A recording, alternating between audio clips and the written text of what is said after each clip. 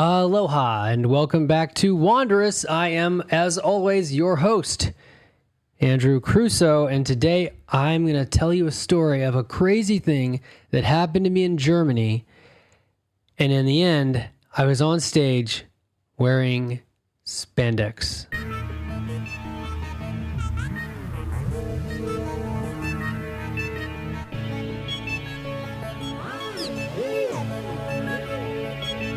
At least I think it was spandex. It might have been something a little different, but it basically was spandex. But I'm getting ahead of myself.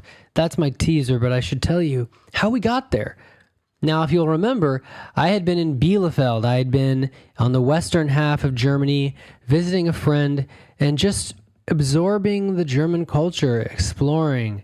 I went to Sparrenburg Castle. I dropped rocks down the well. We tried to estimate how deep it was. It was very deep.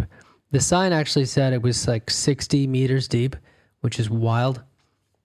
And in the process of just meeting my friends' neighbors and doing things, I was invited to a kind of a dance party, poetry, art exhibit thing. And I realized that there are a lot of artists in Bielefeld. It's quite a creative town. And I found myself, it was like the third night, in this, what is normally a jazz club, this cozy little club with a bar on the right side, but everything had been done up really well. Everything had been decorated and made much more, creative. And if I'm recalling correctly, it was in celebration of somebody finishing their master's degree. I don't remember. This was over 2 years ago, but I do have pictures that jogged my memory. I've got some very fun pictures of just I think it was a poetry book that was set in the corner. It was part of this whole thing. In fact, there were white gloves you were supposed to put on. I have a picture of this for the supporters. White gloves you were supposed to put on if you were to use the book, open the book. And I will be sharing some, and there's a lot. There's a lot of lovely little bits. Other little fun bits. There was a face painter. There were very cute women who, one of whom was a face painter, and other people who were getting their face painted. And I have a photo of that is fun for supporters. But even if you're not a supporter, you can still enjoy this show, of course, because I'm going to tell you a story of how I ended up on stage. Now, it kind of starts with this sort of sound, right? You kind of got to... It's courtesy of live photos, little 2-second videos captured by my iPhone when I would take a picture. And I picked up the book and I was absorbing this poetry, but of course it was all in German, so I didn't understand very much. In fact, I will be translating the photos for the supporters into English so we can all enjoy the poetry. But you kind of get the idea. And it was fun. It was great. And sometimes people would go back outside and they would talk and then because you couldn't hear very much inside. But it was a very creative, very interesting atmosphere, and there were a lot of cute, interesting people. And there was a display, a really cool visualizer of the music. There was a couple dozen people. It wasn't crazy. But at some point, they were talking about this art exhibit where they were going to have... The idea was that there was supposed to be like a cloud and aliens were going to come out of the cloud. I'm probably misremembering this. And they were experimenting, and it kept getting pushed back, right? It was like, now it was past midnight, and they were experimenting. They were trying to get the cloud to work, and they couldn't get the cloud to really work. It was like this puffy cotton material or something. And so they had some people hold it up and sort of dance with it on stage, but it was toward the side of the stage, and it wasn't quite working. And they asked some people if they might volunteer to... I'm really misremembering this. I'm really sorry. But basically, next thing I knew, because I was like, I'm going to try this. If the thing even fits me. So it was me, a very attractive Ukrainian woman, and a balding man, all putting on this silver spandex behind stage and trying to get it to fit. I have a video of this as well that I will share in the show notes. The show notes of this show can be found wherever you're listening to it. They'll be either in the YouTube description, the podcast description in Spotify, or just the description on your normal podcast app.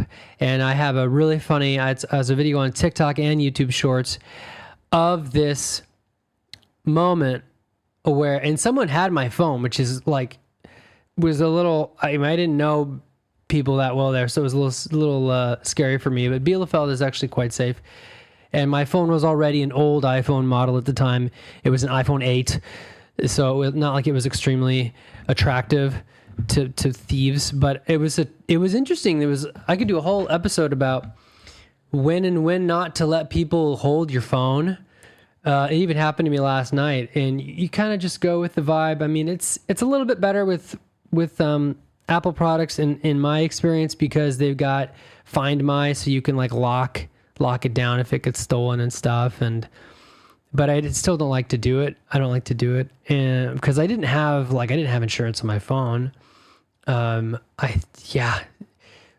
I was like, well, the only way they're going to do this is the only way I'm going to get video of this is if I hand my phone to them. So I got that footage, and it worked out really well. And next thing I knew, I was dancing on stage wearing this silver spacesuit, essentially, with a very attractive woman in a he's not really balding, maybe I'm exaggerating it, with a mustache. And it was just completely ridiculous. It was such a ridiculous moment. In fact, you can see a photo of this moment if you go to patreon.com/HelloCrusoe, HELLOCRUSOE. If you're not logged in, you will see each of my support tiers has a photo. And the photo for the New Frontier tier, the $20 USD, $20 a month, is a photo of this moment, because it's the back, like this is kind of behind the scenes stuff that you get. But this is actually a public podcast, so lucky you. But the people who do support for $10 a month, not even the $20 level, the $20 level is the private After Dark podcasts that are much more personal and usually involve very silly and embarrassing stories, including very silly dates that I've been on and romantic fails. And that's what you get. I embarrass myself for money, like a lot of stand-up comics do. So this is the song that I danced to on the stage. It was fun. It was definitely outside my comfort zone, and it was a cool perspective shift to be on the stage. I've been on the stage before. I got pulled on the stage in a Polyphonic Spree concert once. It was a long time ago, 2007, I think, for the fifth Polyphonic Spree holiday extravaganza, and it was just a total riot. And I believe it was Audrey Easley who was the flutist, and she also plays the electric wind instrument. She pulled me on stage. She's so adorable, and I got a photo with her. I should do an episode about that someday when I'm done talking about this story. And it was just crazy. I was like 21. And it was super sweet. It was super, super sweet. And I just had my very bulky Fujifilm, what was it, the S6000 FD face detection, which was okay. It was okay. 6 megapixel camera, trying to take some good photos. And got a few really good photos, actually. I stretched that camera pretty far for not being a DSLR. It did pretty well. So I've experienced being on the stage before, but it had been a while, and it was a smaller venue, obviously, and it was fun. It was that kind of vibe. The funny thing was, wait, was it that night?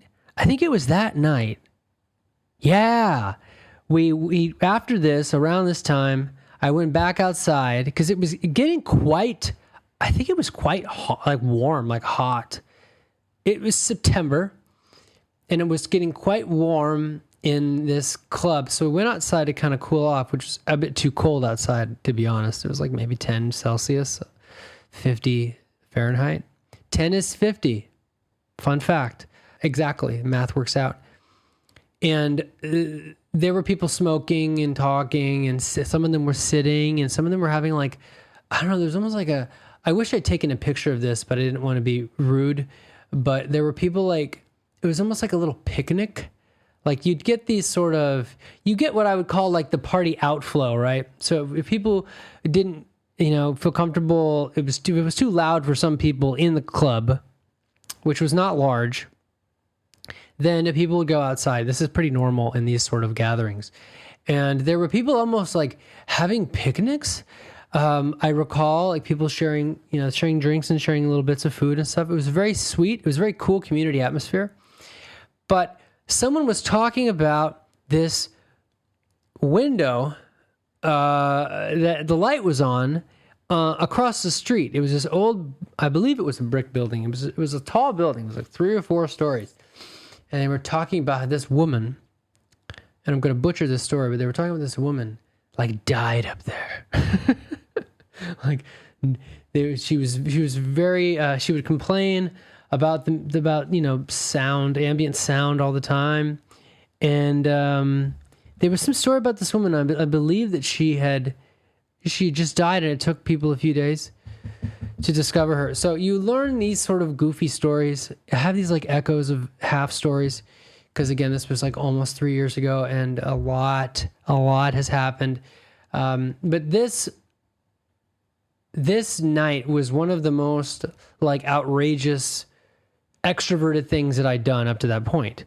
I mean, I didn't think I would be on stage in front of like 50 people, dancing with a very cute Ukrainian woman and a very silly, I don't know, he looked Flemish man, middle-aged man, and we were walking back actually. So a group of us walked back. I was trying to get back to the place I was staying. And I was remarking on how I was meeting Ukrainians all over Europe. This was about 6 or 7 months after the war in Ukraine began. I don't know if I want to get too much into that, because I've become fatigued of politics. But what's going on in Ukraine is very sad and completely unnecessary. And that's mostly all I'm going to say about that. But I realized that at this time, there was really an exodus of Ukrainians who basically had the means to seek asylum. And many of them were seeking asylum in Germany. And I believe I'd met at least one I'd met also in Paris. And it really drove the point home of like, wow, when war breaks out in your country, it's hell. It's hell. And it was, I would go on. When I got to Nepal, I would hear more stories about that. In fact, here's your teaser for today. In fact, I would record a quite long, very interesting and entertaining interview with someone who grew up in Ukraine. Very interesting guy. And I interviewed him when I got to Pokhara, Nepal. So we're going to get to that eventually. We're going to get to that when we get to that. We're almost done with Germany, to be honest. I didn't spend that much time in Germany. I was in Germany for about 3 weeks total. This is one of the more interesting things that I went to. I guess I could talk a bit about my last couple days in Bielefeld. We might as well wrap that up because it isn't super eventful. I went back to Sparrenburg Castle and enjoyed it looks like a movie set, some of these places. I mean, it's very pretty. I really recommend you do it. It's free. It's free to enter. You can go up into the tower. I'll include a couple of those. And just sort of, whenever I'm about to leave a city, I try to allow like one day to wander, essentially, and just let my intuition guide me. This is very useful in my experience. Just see what opens up. And I went to the square. I saw beautiful public art. I'll include this really lovely statue, almost like the thinker. This is a Sandro Chia. Bielefeld is really, I think, very underappreciated in just, it's such a clean, it's a really lovely city. It's a really lovely place to visit. Now, the funny thing about my last few days in Bielefeld was, besides dressing up as an alien and going on stage, was that my friend actually had to leave Bielefeld before I did. I believe she was going to meet her sister and travel a bit with her sister in France. And so I sort of had to tidy up things, which I always want to do. I always do anyway. But I sort of tried to, go a little extra. And in the process of being there, actually, I was able to clean a few things in her kitchen that, like, she would. So you see, the thing is, when you're a guest, I'm not gonna like praise myself with faint words, but I will say that when you're a guest, if somebody makes a passing comment of like, oh, this pot is just, I haven't got to this, listen for that stuff, because sometimes people are unconsciously or consciously sharing a desire, sharing a wish. And she had said, oh man, this container, I've had this forever. We were going to use it to cook for something, and it was dirty. And she was like, don't worry about it. We'll get to it later. And I was like, made a mental note of that. That was important to me. And I got around to, when she was gone one day, I got around to like cleaning all of it out. And it was not gonna lie, it was pretty gross. It had like old oil in it. It was like this plastic thing. And I think it was plastic. And she was so grateful. And I still felt like I owed her, to be honest, at the time. I've learned a lot more about being a guest since then, and just being just finding a balance where I don't feel, just finding a better balance overall. Anyway, my point is that I really wanted to leave the place very tidy and put together. I'd also got some mail, made sure the mail was in her room. I mean, it was a shared flat, so it was a shared kitchen, which is pretty much, pretty normal. And I got her key and I set it on there, and she was just so helpful. My friend was so helpful. And I walked to the train station. I said farewell to her roommates. That's right. Her roommates were very nice. We stayed in touch a bit on Instagram after that. And I got on a train and full of bicycles, actually. And I have a picture of this. The German setup to transport bicycles on the train is pretty slick. They've got a great little system where the bicycles are like the front wheels lifted up, so it takes less width of the train. And everything was just very clean and lovely. And I found myself, I basically took the train all the way over. I think it was about 2 hours to the Verdot, which is a tiny town. It's like a Thomas the Tank Engine type of town, the Verdot train station. And I was already delighted because we went through a tunnel. We went through a tunnel that went through a hill and popped out the other side, and we were in Verdot. It was like a storybook or something. And it was very green, and we were surrounded by hills.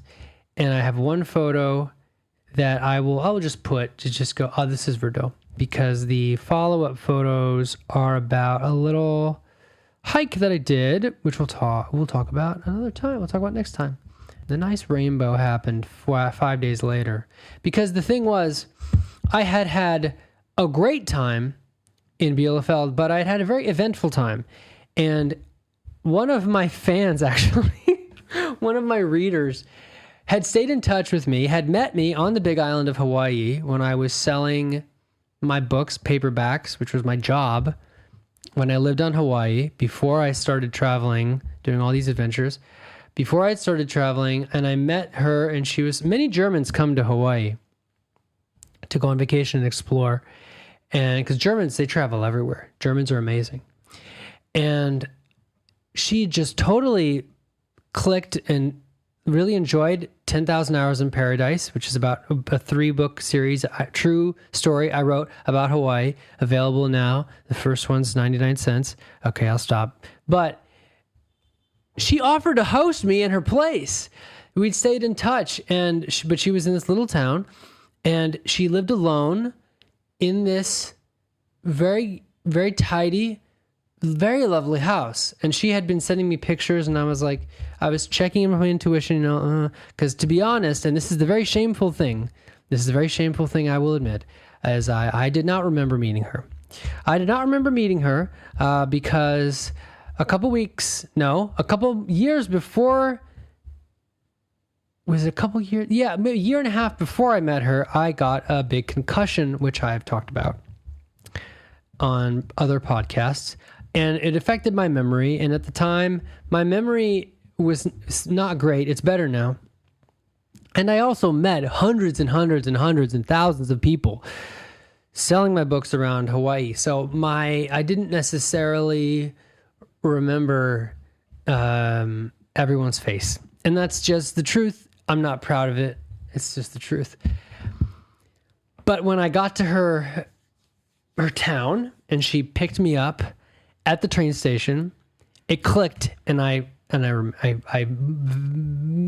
vaguely remembered meeting her. I didn't remember the exact day or anything, but it's fun. It's fun when you have a crap memory, because you have to rely, and I completely throw myself under the bus for this, total crap memory. So when you have that, you kind of have to rely on your intuition. You have to rely on this part of you that's like almost collating all this data. And I don't know.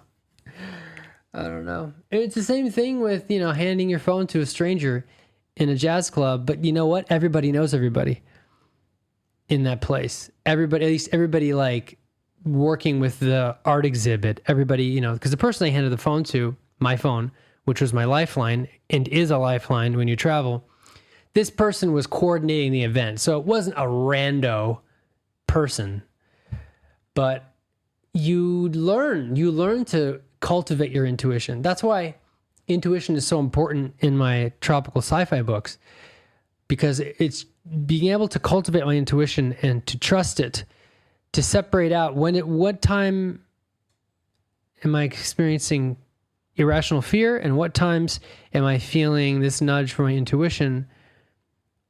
It's developing that discernment is totally priceless. So that's all I have for today. Might have been kind of a weird one. Next time we're going to talk about some fun German explorations, some beautiful hikes, and my discovery of the wild, just espionage related background of the family of the friend I was staying with in Verdot. I learned an incredible fact about her father, and that was one of the most fascinating parts about my entire time in Germany. And then we're going to fly to Istanbul. If you've enjoyed this podcast or any of my podcasts, I really appreciate it if you can leave a rating on Spotify or leave a comment or a thumbs up, or better yet, if you want to be my friend forever, just subscribe on YouTube or Spotify. It really helps. It really helps support the show. It helps with algorithms, and it ensures that you don't miss any episodes coming up. I've said this a lot, but it's very true. It's still true. The best stories are yet to come. The best stories are, not to throw Europe under the bus, but the stuff that happens in Asia is off the hook. So thank you for listening, and I will get to you next time. Once again, if you want to support the show, you can go to patreon.com, patreon.com/the word hello, CRUSOE. That's Hello Crusoe. That is my username just about everywhere. And except for YouTube, because I don't know why. I ended up using my full name on YouTube, which I feel good about. I just intuitively intuit. Oh, also there was a really nice, I got to stay, when I stayed in Germany, she had a really nice dog that I wanted to kidnap. So we'll talk about the dog too. Dogs are, the good dogs are the most amazing creatures in the world. And as always, if you have any questions about these travels, if you have clarification questions, if you have topic suggestions, I'm open to those. In the comments of wherever you're listening. I'm even more open to those if you're supporting the show on Patreon. And once again, if you do support the show on Patreon, at $10 a month, you get to see all of the behind the scenes photos from these episodes. And it really gives a much deeper dimension and understanding to what's going on. It's the bonuses that I give to that level. At $5, a little bit cheaper, at $5, you get 25 hours of audiobook.